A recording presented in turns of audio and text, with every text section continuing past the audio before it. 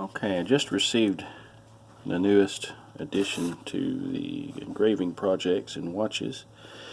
This is a new Victorinox Swiss Army men's vintage Infantry day date, and it's a really nice watch. I purchased this one, got a good deal on it through Amazon, so that you'll know, but it is a brand new watch and kind of anxious to see it.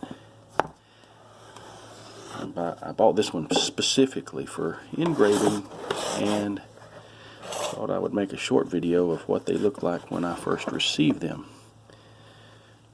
prior to engraving. And there it is.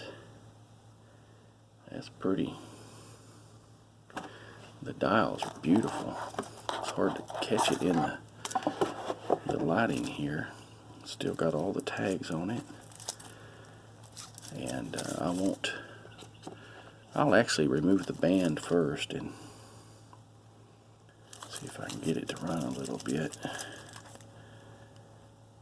There it is.